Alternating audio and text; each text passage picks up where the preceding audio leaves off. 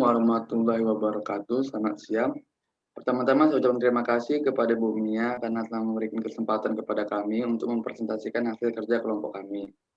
Kami kelompok 2 dari ABT 2B yang beranggotakan saya, Vicky Muhammad Sefi dengan NIM 4122001043 dan rekan saya Lisan dengan NIM 4122001040. Saya sebagai Nia Rahmawati dengan NIM 4122001057.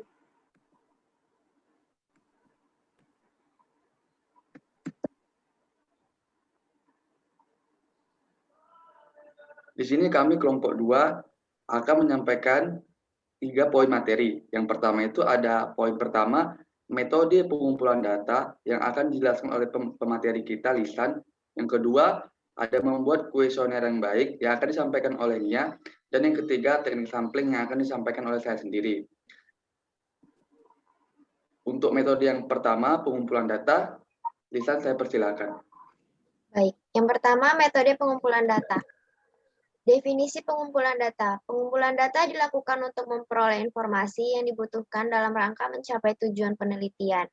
Data adalah suatu yang belum memiliki arti bagi penerimanya dan masih membutuhkan adanya suatu pengolahan. Data bisa memiliki berbagai wujud, mulai dari gambar, suara, huruf, angka, bahasa, simbol, bahkan keadaan. Jenis-jenis data.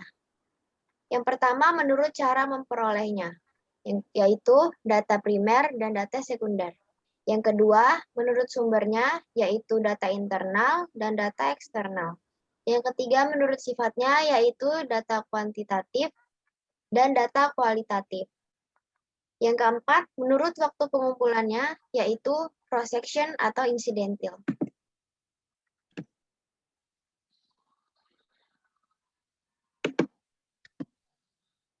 Metode pengumpulan data. Yang pertama, wawancara. Wawancara adalah teknik pengumpulan data yang dilakukan melalui tatap muka dan tanya jawab langsung antar peneliti dan narasumber.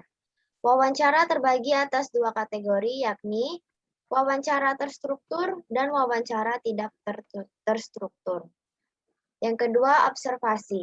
Observasi adalah metode pengumpulan data yang kompleks karena melibatkan berbagai faktor dalam pelaksanaannya. Metode pengumpulan data observasi terbagi menjadi 2 kategori, yakni participan observation dan non-participan observation. Yang ketiga, angket atau kuesioner. Kuesioner merupakan metode pengumpulan data yang lebih efisien bila peneliti telah mengetahui dengan pasti variabel yang akan diukur dan tahu apa yang diharapkan dari responden. Selain itu, kuesioner juga cocok digunakan bila jumlah responden juga besar dan tersebar di wilayah yang luas. Yang terakhir ada studi dokumen. Dokumen yang dapat digunakan dalam pengumpulan data dibedakan menjadi 2, yakni dokumen primer dan dokumen sekunder.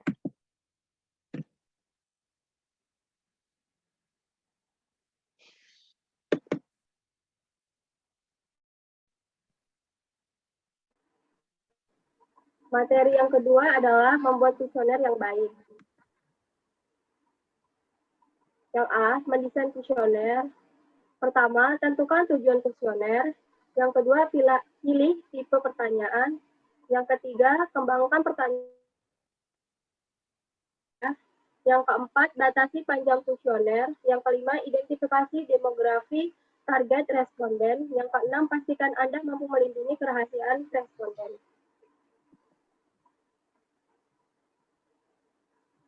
Yang B, membuat kuesioner. Langkah pertama adalah perkenalkan diri Anda. Yang kedua, jelaskan tujuan kuesioner Anda.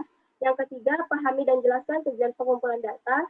Yang keempat, ukur waktu pengisian kuesioner.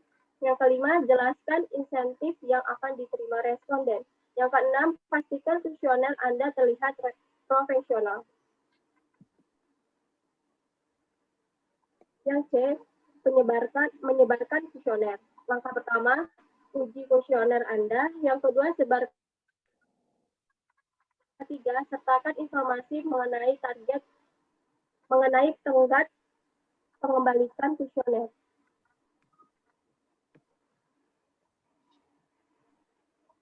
Baik, materi yang ketiga atau poin yang ketiga itu teknik sampling. Pengertian sampling. Sampling adalah suatu cara pengumpulan data yang sifatnya tidak menyeluruh atau tidak mencakup seluruh objek penelitian. Teknik sampling. Teknik sampling adalah teknik yang dilakukan untuk menentukan sampel. Selain itu, ada teknik pengambilan sampel mencakup tahap-tahap berurutan, yaitu yang pertama, memberikan batasan populasi yang tidak diamati. Yang kedua, menentukan bingkai sampel, yaitu kumpulan semua item atau peristiwa yang mungkin. Yang ketiga, menentukan metode sampling yang tepat. Yang keempat, melakukan pengambilan sampel atau pengumpulan data. Yang terakhir atau yang kelima, melakukan pengecekan ulang proses sampling.